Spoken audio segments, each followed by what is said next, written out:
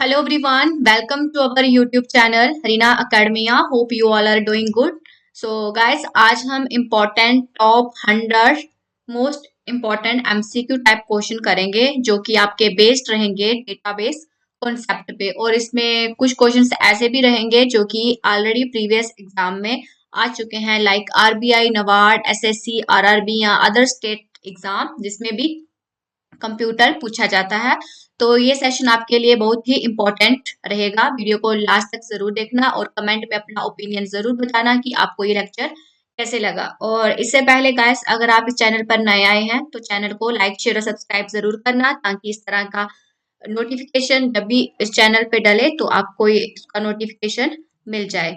तो स्टार्ट करते हैं बिना डिले करे हुए अपना आज का पहला question. Which are the following best describe a database. तो इसमें से कौन सा जो डिस्क्राइब करता है डेटाबेस के बारे में बेस्ट बता रहा है। पहला है collection of program. No, collection of program तो हमारा सॉफ्टवेयर होता है। अगला है organise collection of related data. Yes, तो पार्ट बी इसका राइट आंसर हो जाएगा। एक सेकेंड।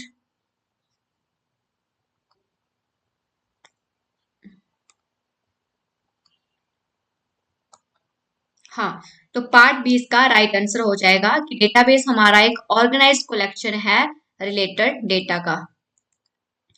अगला है which language is use to define the structure of a database. कौन सी लैंग्वेज है जो कि डिफाइन करती है डेटाबेस के स्ट्रक्चर को। तो राइट आंसर हो जाएगा हमारा पार्ट सी, यानी कि data definition language is use to define the structure of a database. जैसे कि इसमें आते हैं क्रिएट, अल्टर और ड्रॉप। ये हमारे क्या है, डीडीएल में आते हैं। एग्जाम में पूछा भी जाता है, आपको ये दे देंगे क्रिएट, अल्टर, ड्रॉप स्कीमा दे देंगे और पूछेंगे ये किस में आता है, डीएमएल में आता है, डीडीएल में आता है, टीसीएल में, डीसीएल में। तो आपको याद रखना है कि क्रिएट, अल्टर और ड्रॉप हमारे डीडीएल में आते हैं, यानी कि डेटा डेफिनेशन लैंग्वेज में आते हैं। तो इसका पार्ट सी राइट आंसर हो जाएगा। अगला है which of the following is not a type of database model. इसमें से कौन सा जो है डेटाबेस का मॉडल नहीं है। हिरारिकल डेटाबेस होता है, नेटवर्क नेटवर्क डेटाबेस होता है, रिलेशनल भी होता है, यानी कि पार्ट यानी कि सीक्वेंशियल किस जो है वो कोई भी डेटाबेस का मॉडल नहीं है। तो पार्ट डी इसका राइट आंसर हो जाएगा। अगला है इन डीबीएमएस रिडंडेंसी का क्या मतलब है। तो रिडंडेंसी का मतलब होता है डुप्लीकेसी। ठीक है, तो पार्ट बी इसका राइट आंसर हो जाएगा, यानी कि डुप्लीकेट डेटा। अगला है विच की uniquely identify each record in a table. कौन सी की है जो कि यूनिक आइडेंटिफाई करती है हर एक रिकॉर्ड को टेबल में। रिकॉर्ड यानी कि रोज। ठीक है, तो वो होती है हमारी प्राइमरी की, और प्राइमरी की हमारी कभी भी जो है वो नल नहीं हो सकती है। अगला है ए फॉरेन की इज यूज टू। फॉरेन की किसके लिए यूज करते हैं, दो टेबल को लिंकिंग के लिए हम फॉरेन की का यूज करते हैं, यानी कि link to table. Part B is the right answer. अगला है which normal form remove partial dependency. कौन सी ये जो नॉर्मल फॉर्म है, ये टाइप्स हैं, जैसे वन नॉर्मल फॉर्म होगी, टू होगी, थ्री होगी। तो इस तरह की नॉर्मल फॉर्म्स हैं। तो इसमें बताना है कि कौन सी जो नॉर्मल फॉर्म है जो पार्शियल डिपेंडेंसी को रिमूव करती है। तो पहला है 1NF, 2NF, 3NF की BCNF। तो पार्ट बी जो है यानी कि 2NF जो है वो रिमूव करती है हमारी पार्शियल डिपेंडेंसी को टेबल से। अगला है which command is use to remove all record from a table but keep structure. कौन सी कमांड का हम यूज करते हैं अगर हमें टेबल में से सारी रो को रिमूव करना है, यानी कि रिकॉर्ड यानी कि रोज को रिमूव करना है, लेकिन उसके स्ट्रक्चर को बट कीप स्ट्रक्चर, लेकिन उसके स्ट्रक्चर को हमें रखना है। तो वो होता है टर्नकेट। टर्नकेट कमांड का यूज करेंगे तो हमारे जो रिकॉर्ड है वो टेबल से रिमूव हो जाएंगे, लेकिन स्ट्रक्चर उसका एज इट इज रहेगा, यानी कि truncate delete all record quickly but keep the table structure.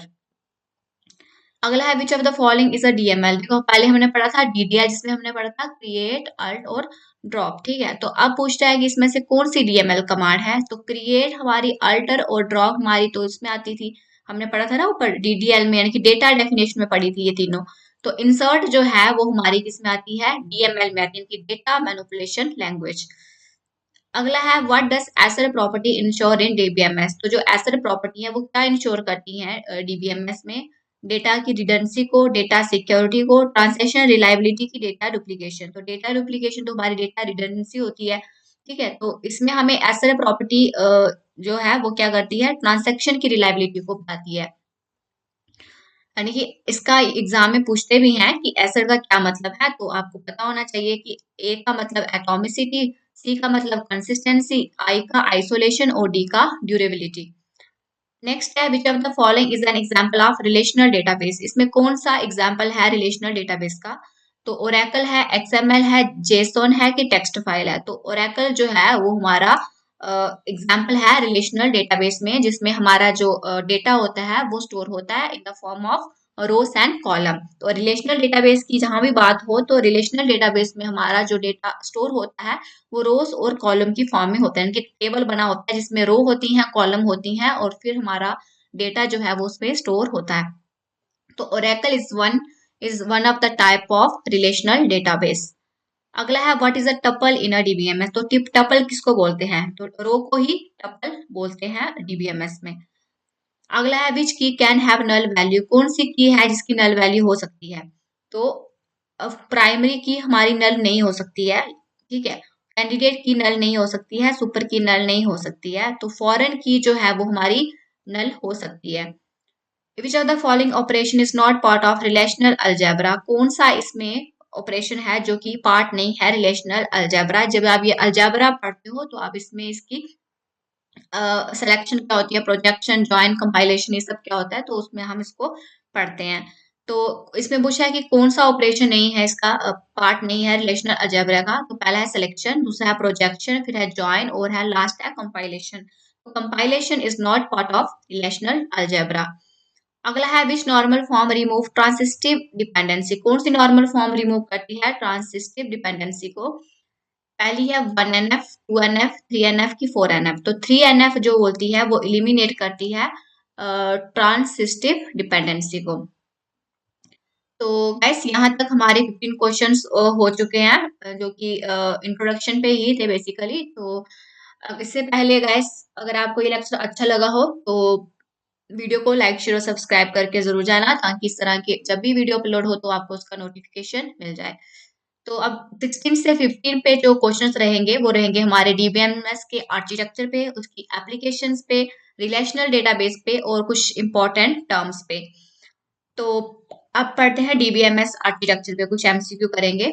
Three level architecture of DBMS include. जो थ्री लेवल आर्किटेक्चर है डीबीएमएस का उसके जो पार्ट हैं तीन, वो कौन कौन से हैं? पहला है फिजिकल लॉजिकल व्यू, अगला है इंटरनल कंसेप्शनल एक्सटर्नल, अगला है देखो स्कीमा तो कोई पार्ट नहीं है, टेबल भी नहीं है, रिकॉर्ड फील्ड में है। तो physical logical view, internal conceptional और एक्सटर्नल। तो गाइस ये तो दोनों ही आएंगे, ठीक है। ए भी करेक्ट है और बी भी सही है, ठीक है। यानी कि देखो यहाँ पे एक्सटर्नल है, एक्सटर्नल का मतलब है कि वो आपको बाहरी से कैसे, उसका व्यू कैसे दिख रहा है, तो ये यहाँ पे आ गया व्यू वाला, ठीक है।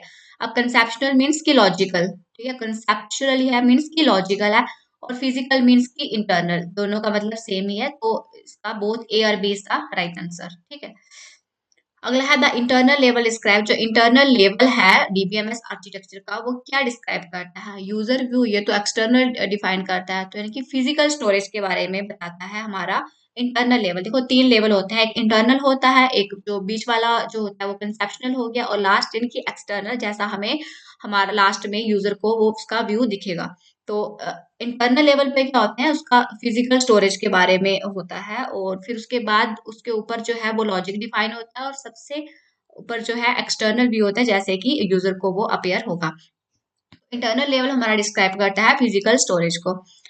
Data independence means, data independence का क्या मतलब है कि डेटा जो है वो क्या है, किसी पे डिपेंड नहीं है, यानी कि वो इंडिपेंडेंट है, ठीक है। तो पार्ट सी इसका राइट आंसर है, यानी कि changes in one level do not affect other. जैसे इसमें डेटा इंडिपेंडेंस का आप सिंपल मतलब समझो कि अगर कोई डेटा किसी पे डिपेंड होगा, तो अगर आप एक में चेंजेस करोगे तो दूसरे में भी चेंजेस होंगी, ठीक है, क्योंकि वो डेटा जो है वो डिपेंडेंट है।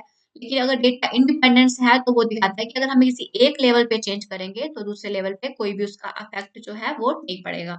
तो पार्ट सी जो है राइट आंसर हो जाएगा। अगला है which type of data independence is harder to achieve. कौन सा टाइप है डेटा इंडिपेंडेंस जो कि हार्ड हार्ड है अचीव करने के लिए? तो ए, तो यानी कि लॉजिक लगाना that is harder to achieve, ठीक है। तो पार्ट ए जो होगा वो राइट आंसर हो जाएगा। अगला है in DBMS architecture schema refer to. Schema का क्या मतलब है, यानी कि स्कीमा का मतलब है डेटाबेस का डिजाइन और उसका स्ट्रक्चर जो है वो होता है हमारा स्कीमा। यानी कि इस अगर को हमें पूछे कि what is the blueprint of database, तो उसको आपको ऑप्शन दे देंगे रोज, कॉलम, स्कीमा। तो स्कीमा जो है हमारा वो ब्लूप्रिंट है डेटाबेस का। नेक्स्ट है डीबीएमएस एप्लीकेशन के बारे में थोड़ा इसमें हम एमसीक्यू करेंगे। पहला है डीबीएमएस वाइडली यूज्ड इन, कहाँ पे यूज होता है, रेलवे में, बैंकिंग में होता है, रेलवे में होता है, ई कॉमर्स में भी होता है, यानी कि ऑल ऑफ दिस। तो यानी कि पार्ट डी जो होगा राइट आंसर हो जाएगा। अगला है in banking system DBMS help in. Banking में डीबीएमएस का हेल्प कहाँ होता है, यानी कि maintaining customer record, fraud detection, managing transaction, यानी कि सब में ही डीबीएमएस का यूज होता है।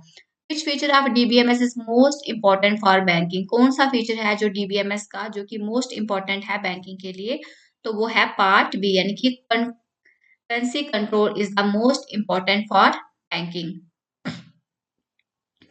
तो आगे है हमारा डीबीएमएस इंश्योर सिक्योरिटी थ्रू। जो डीबीएमएस है वो सिक्योरिटी इंश्योर करता है किसके थ्रू, इंक्रिप्शन और एसेस कंट्रोल के थ्रू, कि हमारा जो डेटा होता है वो क्या होता है, पहले इंक्रिप्ट हो जाता है और जब वो रिसीवर के पास पहुंचता है तब वो अगेन डिक्रिप्ट हो जाता है, यानी कि बीच में उसका कोई भी लॉस नहीं होता है या कोई उसको स्टोर नहीं कर सकता है। तो ए जो हो जाएगा इसका राइट आंसर हो जाएगा। यानी कि डीबीएमएस सिक्योरिटी इंश्योर करता है हमें किसके थ्रू, इंक्रिप्शन और एसेस कंट्रोल के थ्रू। अगला है which application require real time DBMS, कौन सी एप्लीकेशन रिक्वायर होती है रियल टाइम डीबीएमएस के लिए, तो banking system require real time DBMS, ठीक है।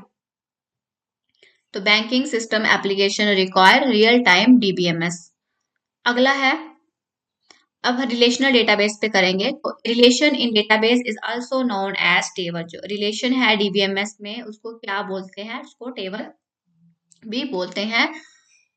अगला है degree of a relation refer to, degree क्या होती है, यानी कि कितनी उसमें नंबर ऑफ कॉलम है तो वो उसकी डिग्री, यानी कि अगर आपके पास एक टेबल है जिसमें कि सेकेंड जिसमें कि इस तरह का टेबल है, ठीक है, इसमें कुछ हमारे कॉलम है, लाइक ये है, एक सेकेंड, हाँ, एक कॉलम ये हो गया, एक ये हो गया, तो कितने कॉलम हो गए, 1 2 3 4, यानी कि 4 कॉलम हो गए, तो इसकी जो डिग्री होगी वो क्या आ जाएगी 4, यानी कि ये हमारी क्या आ गई, हमारी डिग्री आ गई। तो यानी कि degree is equal to number of column या नंबर ऑफ एट्रीब्यूट, तो कॉलम को ही एट्रीब्यूट भी बोला जाता है।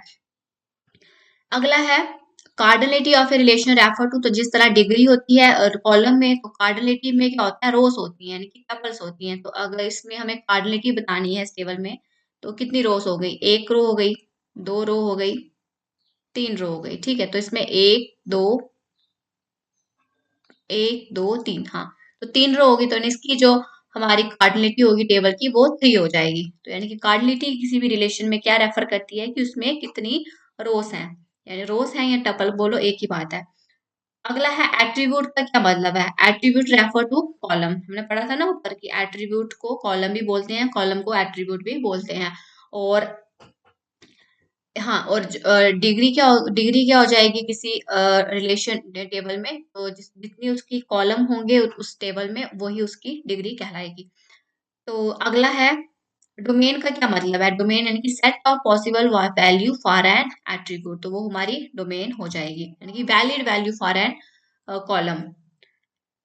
अगला है, अब हम कुछ केस और कांस्टेंट जो कि इंपॉर्टेंट है, यहाँ से एग्जाम पूछा जाता है, कैंडिडेट की क्या होती है, प्राइमरी की क्या होती है, कंपोजिट, फॉरेन की। तो ये टाइप्स हैं कीज की, जो कि मैंने ऑलरेडी एक डिटेल लेक्चर जो है डीबीएमएस पे सी चैनल पे अपलोडेड है, उसका थ्योरी टाइप, तो आप वहां पे जाके विजिट करके उस लेक्चर को देख सकते हैं। तो हाँ, पढ़ते हैं, कैंडिडेट की क्या होती है, एनी की, कोई भी की, मिनिमल सुपर की या फॉरेन की या कंपोजिट की। तो कैंडिडेट क्या होती है, मिनिमल सुपर की होती है, यानी कि कैंडिडेट की is a minimal set of attribute uniquely identifying tuple. Super key क्या होती है, मिनिमल की होती है, यानी की विद एक्स्ट्रा एट्रीब्यूट, वो हमारी कहलाती है सुपर की। गाइस अगर हम इसमें कैंडिडेट की सुपर की क्या होती है अगर हम डिटेल में बताने लगे तो ये लेक्चर काफी लंबा हो जाएगा, और मैंने कोशिश की है कि इसी लेक्चर को जो है 30 या 35 के बीच में ही रखूं, ताकि ये है रिवीजन पर्पस के लिए।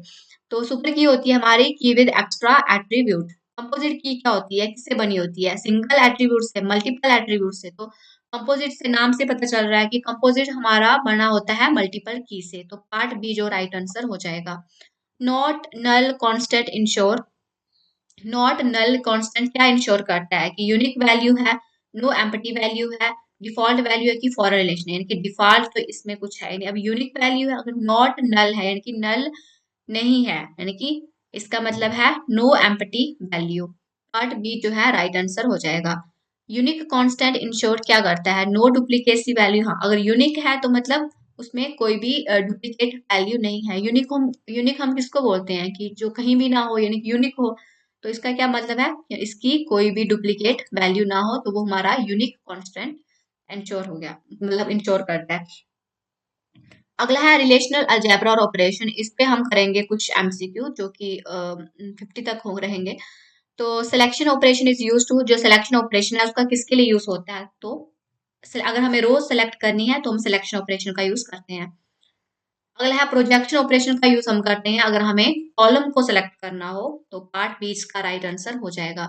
ज्वाइन ऑपरेशन का यूज करते हैं अगर हमें, ज्वाइन ऑपरेशन, हाँ ज्वाइन ऑपरेशन क्या करता है, करता है join operation combine row of two table. तो ज्वाइन ऑपरेशन कंबाइन करता है रोज की दो टेबल की, ठीक है। यानी कि join merges row from two tables या टू रिलेशन। देखो कंफ्यूज नहीं होना गाइस कि रिलेशन क्या है। तो रिलेशन का जो मतलब है वो टेबल ही है, ठीक है। टेबल ही है रिलेशन का मतलब, इसमें आपको कंफ्यूज नहीं होना है। यानी कि अगर ज्वाइन ऑपरेशन कंबाइन किसको करता है, तो वो करता है रोज को दो टेबल की, यानी कि दो टेबल की रो को ज्वाइन ऑपरेशन कंबाइन करता है। Cartesian product result in, Cartesian product है वो क्या करता है, यानी कि ऑल जितना भी कॉम्बिनेशन है रो का उसको मतलब उसके जितने भी पॉसिबल रो कॉम्बिनेशन होते हैं वो प्रोड्यूस कर देता है। अगला है unique operation require, union operation require. उसको क्या रिक्वायर होता है, same number of rose, same structure column, same की या सेम डेटा। तो union operation require same structure या कॉलम। अगला है कुछ एडवांस लेवल के ट्रिकी क्वेश्चंस हैं जो कि इसी के डेटाबेस पे ही बेस्ड हैं। तो व्यू इन डीबीएमएस, देखो हमने सबसे पढ़ा था, हमने उसमें पढ़ा था ना आर्किटेक्चर डीबीएमएस का। तो सबसे जो लो लेवल होता है जिसको हम इंटरनल या फिजिकल लेवल भी बोलते हैं, उसके बाद हम कंसेप्शनल या लॉजिकल व्यू बोलते हैं, लास्ट वाला जो कि एक्सटर्नल व्यू है, एक्सटर्नल लेवल है, और उसको हम व्यू लेवल भी बोलते हैं। तो वही पूछ रहा है कि व्यू जो है डीबीएमएस में, वो view in DBMS is virtual table. अगला है, हाँ सॉरी गाइस ये कॉन्सेप्ट उस पे नहीं था, ये व्यू नहीं है, ये पूछता है कि व्यू जो है डीबीएमएस में वो है वर्चुअल टेबल, ठीक है। Index is used for, index की यूज किसके लिए होता है, तो फास्टर रिट्रीव। अगर हमें कोई फास्ट डेटा रिट्रीव करना है तो हम इंडेक्स का यूज करते हैं। इंडेक्स से देख सकते हैं यार इजिली, ठीक है। मान लो हमारा इंडेक्स है जिसमें बड़े 5-6 हम वो बना देते हैं, मतलब कि जैसे वन लिख दिया कि यहाँ पे इंट्रोडक्शन है, फिर उसका कंटेंट लिख दिया, फिर उसके बारे में उसका उसके पार्ट्स लिख दिए। तो इस तरह अगर हमें ये जानना हो, और आगे उसका पेज नंबर लिख देते हैं कि अगर हमें फास्ट जानना हो कि ये डेटा हमें कहाँ अवेलेबल रहेगा, तो हम इंडेक्स पे जाएंगे और वहां पे देख लेंगे कि हम इंट्रोडक्शन हमारा इस पेज पे है, तो हम डायरेक्ट अपना उस पेज पे जाके इजिली वो पार्ट देख सकते हैं। तो इंडेक्स का यूज होता है फास्टर रिट्रीवल के लिए। अगला है which anomaly occur due to redundancy. कौन सी एनोमली अकर होती है अगर हमारे डेटा में रिडेंडेंसी हो, यानी कि रिपीटिशन हो। तो update anomaly, delete anomaly, insert anomaly. तो ये सारी एनोमली अकर होती हैं ड्यू टू रिडेंडेंसी, यानी कि ऑल ऑफ द अबव। अगला है functional dependency means, functional dependency का क्या मतलब है, one attribute determine another, one table determine other, row determine column, column determine table. तो फंक्शनल डिपेंडेंसी का मतलब है कि उसमें एक एट्रीब्यूट डिटरमाइन करता है अनदर को, यानी कि वन कॉलम डिटरमाइन अनदर, ठीक है। एट्रीब्यूट का मतलब है कॉलम, ठीक है। अगला है which normal form remove redundancy mostly. कौन सी नॉर्मल फॉर्म रिमूव करती है रिडेंडेंसी को मोस्टली, तो वो होती है हमारी BCNF, यानी कि part D stricter than TNF and remove most redundancy. Which key is chosen from candidate key, तो primary key is chosen from candidate keys. अगला है referential integrity is maintain by, जो रेफरेंशियल इंटीग्रिटी होती है उसको किससे मेंटेन किया जाता है, तो फॉरेन की के द्वारा इस रेफरेंशियल इंटीग्रिटी को मेंटेन किया जाता है। अगला है tuple uniqueness is ensured by, tuple की जो यूनिकनेस है वो किससे इंश्योर होती है, तो वो प्राइमरी की से यूज होती है। तो प्राइमरी की हमारी एक यूनिक की भी होती है और टपल की जो यूनिकनेस है वो इंश्योर होती है हमारी प्राइमरी की से। And primary key value cannot have null value. अगला है which of the following is not a relational constant, कौन सा इसमें रिलेशनल कांस्टेंट नहीं है, तो फाइल कांस्टेंट हमारा रिलेशनल कांस्टेंट नहीं है। तो डोमेन कांस्टेंट है, एंटिटी इंटीग्रिटी भी है, रेफरेंशियल इंटीग्रिटी भी है, तो file constant is not a relational constant. The concept of normalisation was introduce to, जो कंसेप्ट है नॉर्मलाइजेशन का उसको इंट्रोड्यूस किया टू रिड्यूस रिडेंसी, यानी कि part B is the right answer. Guys यहाँ तक हमारे 50 क्वेश्चंस हो गए हैं, यानी कि हाफ पार्ट हमने अपना कंप्लीट कर लिया है। तो वीडियो को लाइक शेयर और सब्सक्राइब कर देना अगर आपको ये लेक्चर अच्छा लग रहा हो। अब हम 51 से 80 पे कुछ क्वेश्चन करेंगे जो कि हमारे रहेंगे टाइप्स ऑफ की के बारे में, फंक्शंस के बारे में, डेटाबेस की जो लैंग्वेज है DDL, DML, DCL, TCL, जो कि इम्पोर्टेंट है हमारे आने वाले 2026 या उसके बाद की जो भी बच्चे स्टूडेंट तैयारी कर रहे हैं, like RBI, NABARD, RRB exam, या जिसमें भी कंप्यूटर पूछा जाता है, तो ये आपके लिए पार्ट इम्पोर्टेंट रहेगा।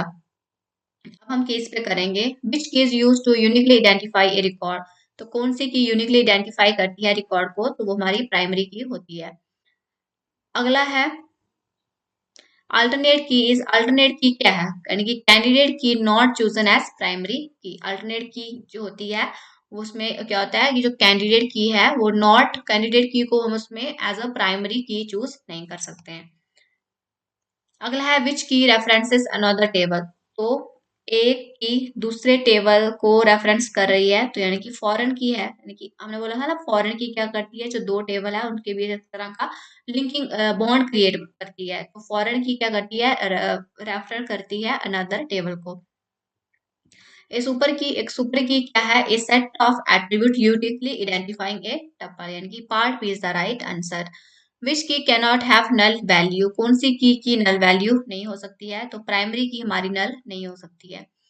Composite key means, composite key का क्या मतलब है, यानी कि मल्टीपल की इसमें कंबाइन होती है, नाम से पता चल रहा है कंपोजिट की, तो यानी कि इसमें क्या होती है, मल्टीपल की कंबाइन होती है।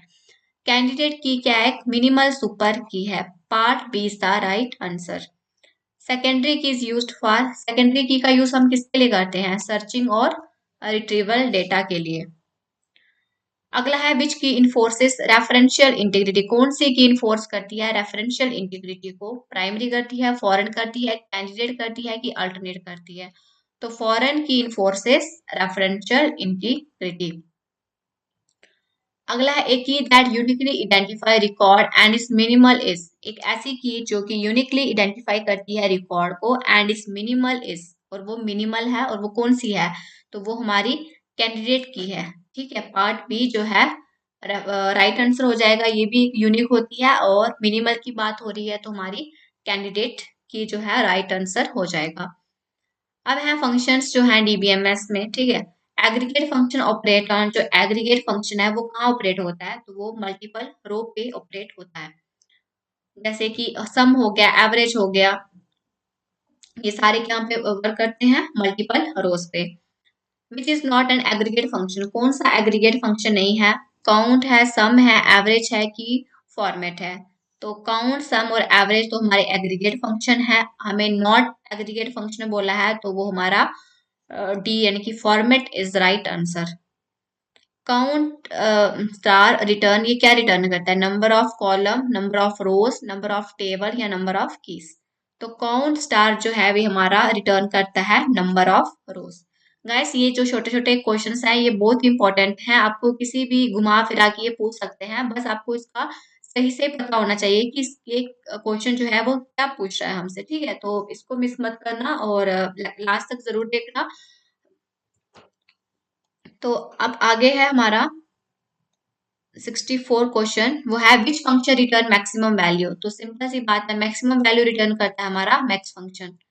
एवरेज फंक्शन कैलकुलेट क्या करता है, सम, मैक्सिमम, एवरेज की काउंट, तो एवरेज फंक्शन तो हमारा एवरेज बताएगा हमें, तो पार्ट सी जो राइट आंसर हो जाएगा। Which function convert text to upper case, कौन सा फंक्शन कन्वर्ट करता है हमारे टेक्स्ट को अपर केस में, लोअर, अपर, कैपिटल या फॉर्मेट। तो अपर केस में कन्वर्ट करता है तो जो वो फंक्शन होगा वो हमारा अपर होगा। अगला है length function return. Length function क्या रिटर्न करता है, नंबर ऑफ रोज को, करेक्टर को, कॉलम को, टेबल को। अब लेंथ की बात हो रही है तो सिंपल सी बात है, वो हमें क्या बताएगा कि उस इस वर्ड में कितने करेक्टर हैं, यानी कि नंबर ऑफ करेक्टर जो है राइट आंसर हो जाएगा। अगला है which class is used with aggregate function to filter group, कौन सी क्लास का यूज किया जाता है एग्रीगेटेड फंक्शन के साथ टू फिल्टर ग्रुप्स। तो वो है हमारी having class is used with aggregate function to filter groups. तो पार्ट बी जो है राइट आंसर हो जाएगा। Group by is use to, group by का फंक्शन का यूज हम किस लिए करते हैं, group row with same value, यानी कि part B is the right answer.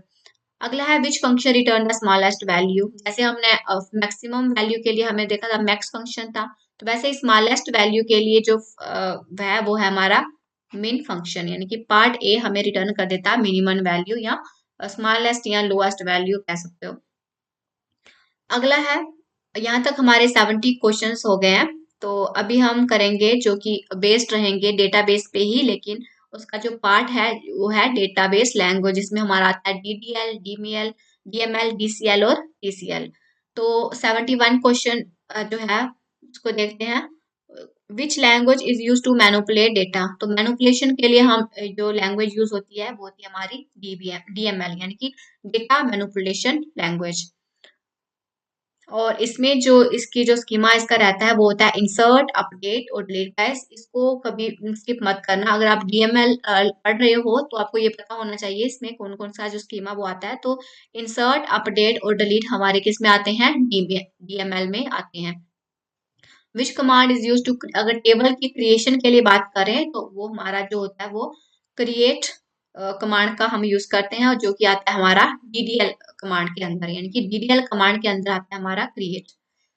अगला है which command is use to modify table structure, कौन सी कमांड का यूज करते हैं अगर हमें अपने टेबल के स्ट्रक्चर को मॉडिफाई करना हो। अल्टर करते हैं, अपडेट करते हैं, डिलीट करते हैं कि सेलेक्ट करते हैं। तो डिलीट तो हमें करना नहीं है, सेलेक्ट नहीं करते हैं, अपडेट नहीं करते हैं, तो हम क्या करते हैं, मॉडिफाई करना हो अगर हमें टेबल अपना स्ट्रक्चर, तो हम अल्टर कमांड का यूज करते हैं। Drop command is use to, drop command का यूज किस लिए होता है, delete data only, remove table completely, update record या सेलेक्ट रिकॉर्ड। तो ड्रॉप कमांड का यूज करते हैं रिमूव टेबल कंप्लीटली, अगर हमें अपने टेबल को कंप्लीटली रिमूव करना है तो हम ड्रॉप कमांड का यूज करते हैं, और अगर हमें अपने टेबल के स्ट्रक्चर को मॉडिफाई करना हो तो हम अल्टर कमांड का यूज करते हैं। अगला है delete command remove, delete command क्या रिमूव करती है, टेबल को, स्ट्रक्चर को, रो को कि कॉलम को। तो डिलीट कमांड हमारा जो है रिमूव करती है स्पेसिफिक रो को। पार्ट सी जो है राइट आंसर आ जाएगा।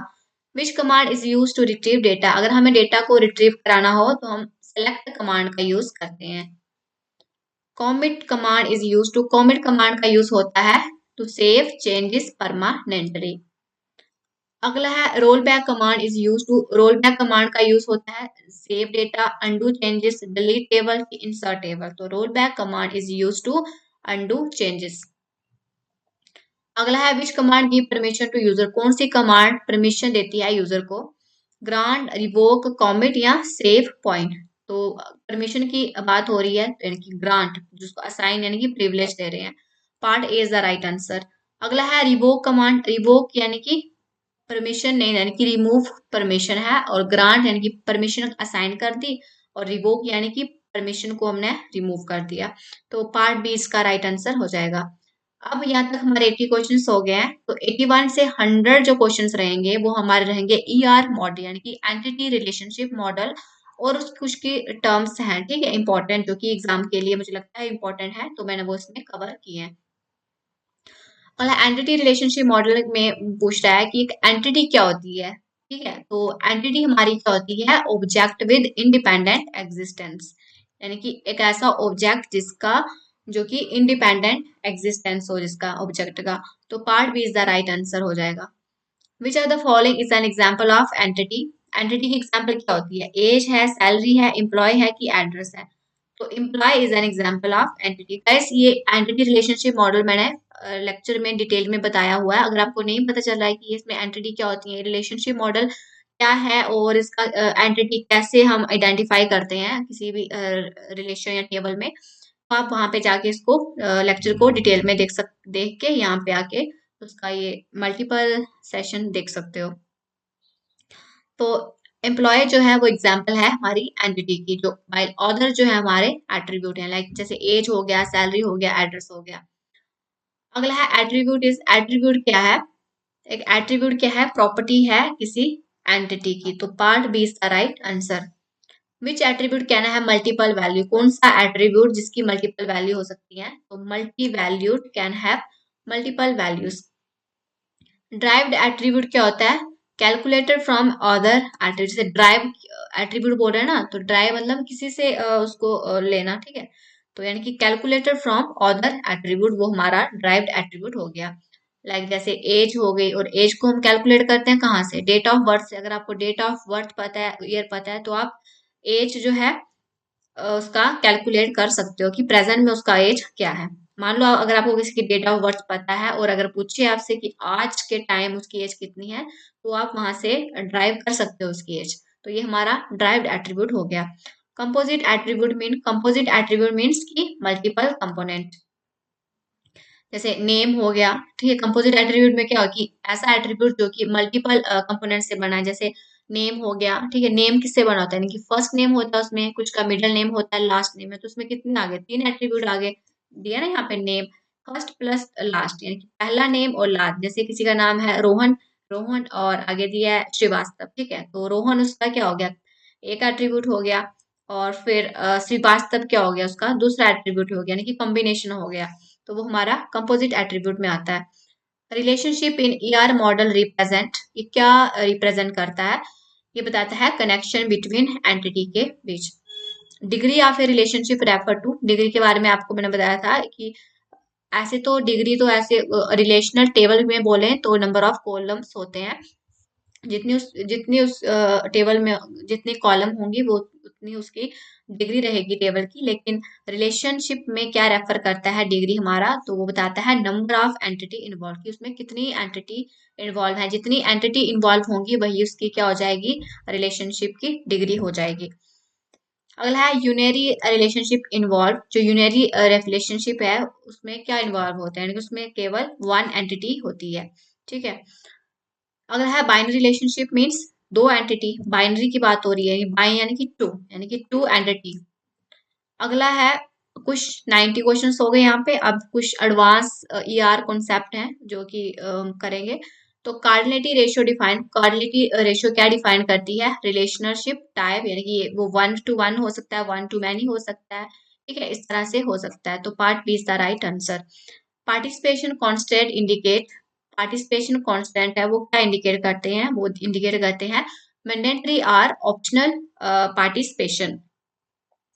अगला है total participation means, total participation का क्या मतलब हुआ? यानी कि ऑल एंटिटी को पार्टिसिपेट होना चाहिए, ऑल एंटिटी जो है वो इन्वॉल्व होनी चाहिए।